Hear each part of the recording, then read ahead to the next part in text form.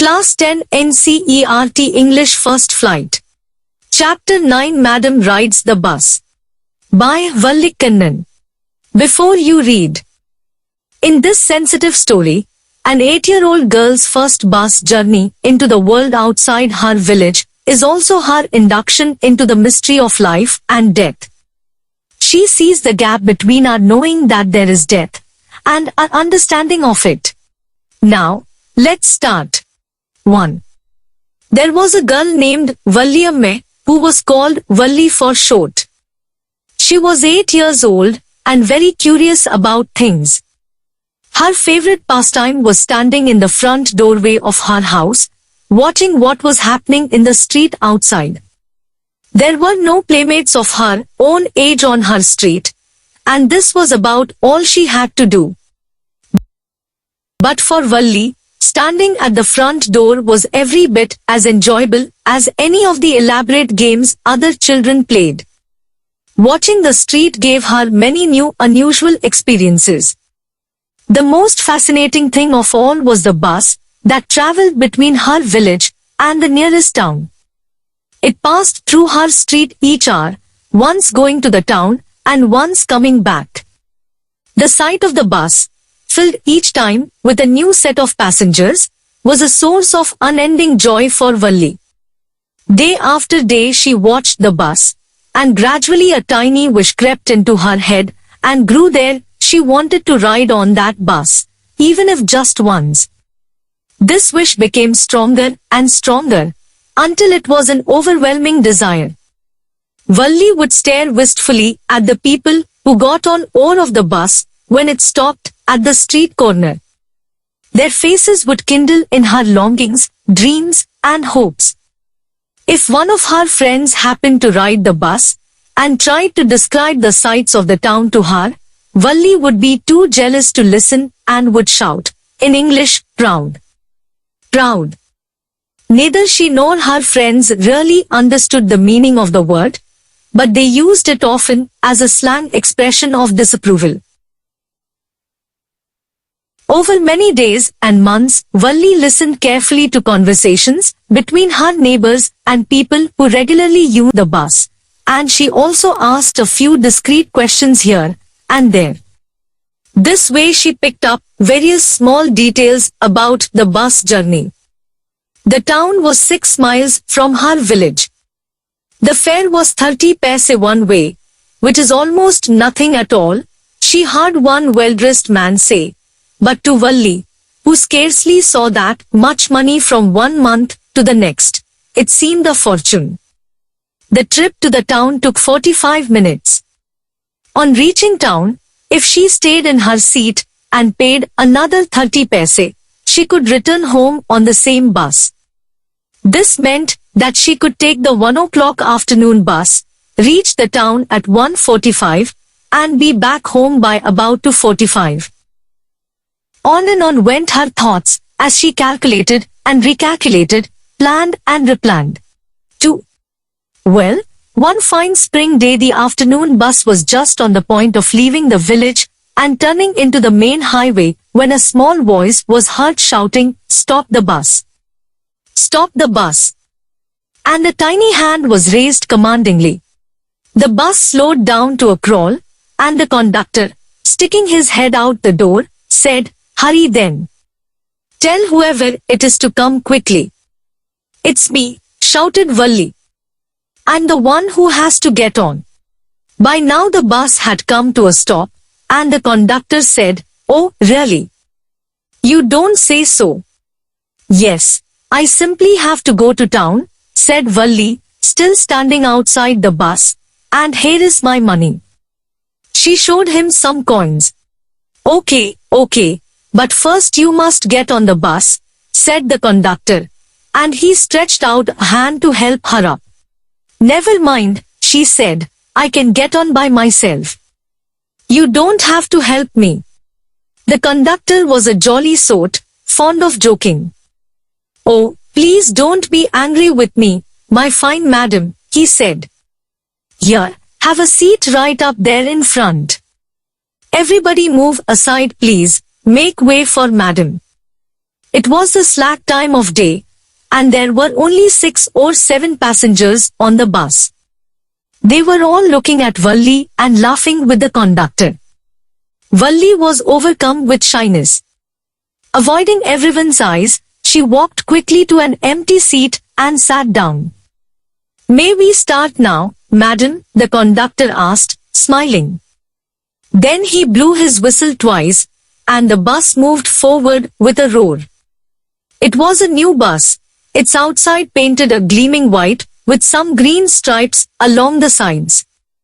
Inside, the overhead bars shone like silver. Directly in front of Valli, above the windshield, there was a beautiful clock. The seats were soft and luxurious. Valli devoured everything with her eyes. But when she started to look outside, she found her view cut off by a canvas blind that covered the lower part of her window. So she stood up on the seat and peered over the blind. The bus was now going along the bank of a canal. The road was very narrow. On one side there was the canal and, beyond it, palm trees, grassland, distant mountains, and the blue sky. On the other side was a deep ditch, and then acres and acres of green fields, green, as far as the eye could see. Oh, it was all so wonderful. Suddenly she was startled by a voice. "Listen, child," said the voice, "you shouldn't stand like that. Sit down." Sitting down, she looked to see who had spoken. It was an elderly man who had honestly been concerned for her, but she was annoyed by his attention. "There is nobody here who's a child," she said haughtily. "I have paid my 30 paise like everyone else." The conductor chimed in. "Oh, sir, but this is a very grown-up madam. Do you think a mere girl could pay her own fare and travel to the city all alone?" Valli shot an angry glance at the conductor and said, "I am not a madam. Please remember that. And you have not yet given me my ticket." "I'll remember," the conductor said, mimicking her tone. Everyone laughed, and gradually Valli too joined in the laughter. The conductor punched a ticket and handed it to her. "Just sit back and make yourself comfortable. Why should you stand when you have paid for a seat?" "Because I want to," she answered, standing up again. "But if you stand on the seat, you may fall and hurt yourself when the bus makes a sharp turn or hits a bump. That's why we want you to sit down, child." "I'm not a child, I tell you," she said irritably.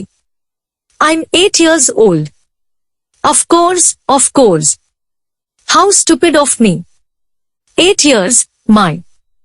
The bus stopped, some new passengers got on, and the conductor got busy for a time. Afraid of losing her seat, Valli finally sat down. An elderly woman came and sat beside her. "Are you all alone, dear?" she asked Valli as the bus started again. Valli found the woman absolutely repulsive. Such big holes she had in her earlobes, and such ugly earrings in them. And she could smell the betel nut the woman was chewing, and see the betel juice that was threatening to spill over her lips at any moment. Who could be sociable with such a person? "Yes, I'm traveling alone," she answered curtly. "And I have got a ticket too." "Yes, she's on her way to town," said the conductor. "With a 30 paise ticket." "Oh, why don't you mind your own business?" said Valli. But she laughed all the same, and the conductor laughed too. But the old woman went on with her drivel. "Is it proper for such a young person to travel alone? Do you know exactly where you're going in town? What's the street? What's the house number? You needn't bother about me. I can take care of myself," Valli said, turning her face towards the window and staring out. 3. Her first journey, what careful, painstaking, elaborate plans she had had to make for it. She had thriftily saved whatever stray coins came her way, resisting every temptation to buy peppermints, toys, balloons, and the like, and finally she had saved a total of 60 paise. How difficult it had been, particularly that day at the village fair, but she had resolutely stifled a strong desire to ride the merry-go-round, even though she had the money.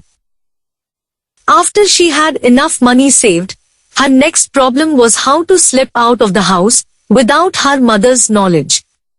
But she managed this without too much difficulty. Every day after lunch her mother would nap from about 1 to 4 or so. Valli always used these hours for her excursions, as she stood looking from the doorway of her house, or sometimes even ventured out into the village. Today, these same hours could be used for her first excursion outside the village. The bus rolled on, now cutting across a bare landscape, now rushing through a tiny hamlet or past an odd wayside shop. Sometimes the bus seemed on the point of gobbling up another vehicle that was coming towards them, or a pedestrian crossing the road. But lo! Somehow it passed on smoothly, leaving all obstacles safely behind. Trees came running towards them, but then stopped as the bus reached them, and simply stood there helpless for a moment by the side of the road before rushing away in the other direction. Suddenly Valli clapped her hands with glee. A young cow, tail high in the air, was running very fast, right in the middle of the road, right in front of the bus. The bus slowed to a crawl, and the driver sounded his horn loudly again and again. But the more he honked, the more frightened the animal became, and the faster it galloped, always right in front of the bus. Somehow this was very funny to Valli. She laughed and laughed until there were tears in her eyes. "Hey, lady, haven't you laughed enough?" called the conductor. "Better save some for tomorrow." At last the cow moved off the road. And soon the bus came to a railroad crossing. A speck of a train could be seen in the distance, growing bigger and bigger as it drew near. Then it rushed past the crossing gate with a tremendous roar and rattle, shaking the bus. Then the bus went on and passed the train station. From there it traversed a busy, well-laid-out shopping street, and, turning, entered a wider thoroughfare. Such big, bright-looking shops! What glittering displays of clothes and other merchandise! Such big crowds! Struck dumb with wonder, Valli gaped at everything. Then the bus stopped and everyone got off except Valli. "Hey, lady," said the conductor, "aren't you ready to get off? This is as far as your 30 paise takes you." "No," Valli said, "I'm going back on this same bus." She took another 30 paise from her pocket and handed the coins to the conductor. "Why, is something the matter?" "No, nothing's the matter. I just felt like having a bus ride, that's all. Don't you want to have a look at the sights, now that you're here?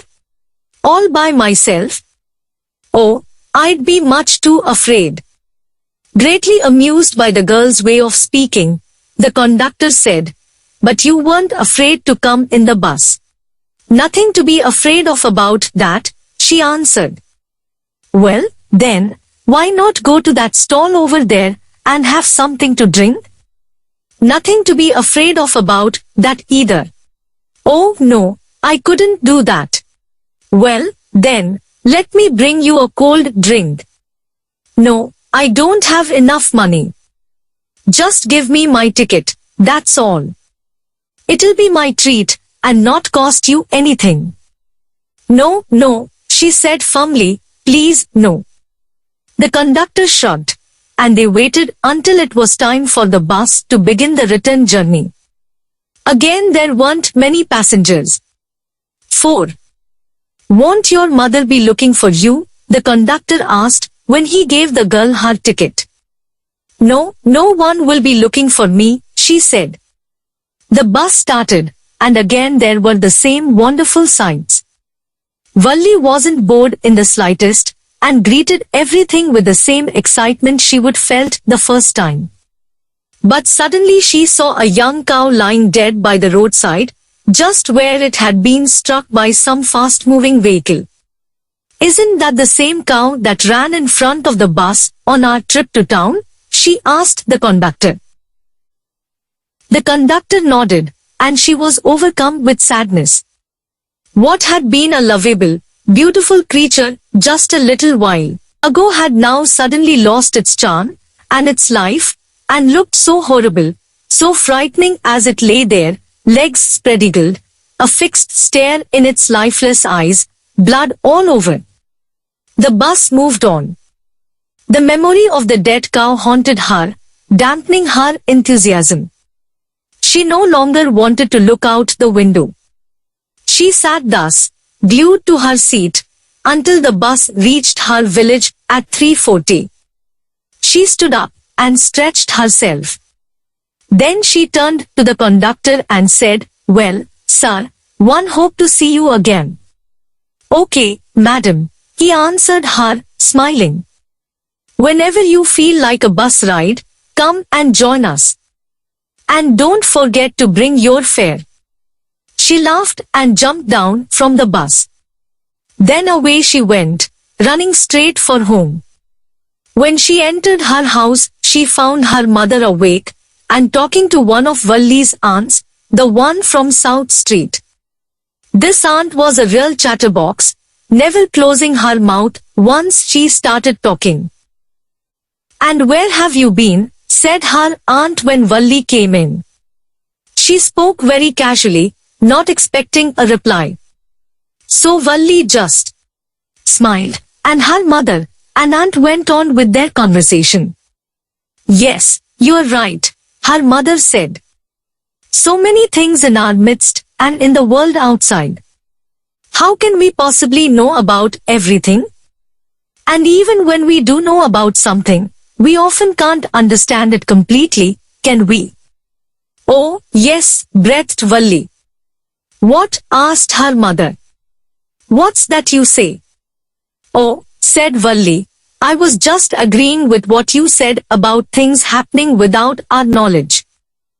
Just a chit of a girl, she is," said her aunt, "and yet look how she pokes her nose into our conversation, just as though she were a grown lady."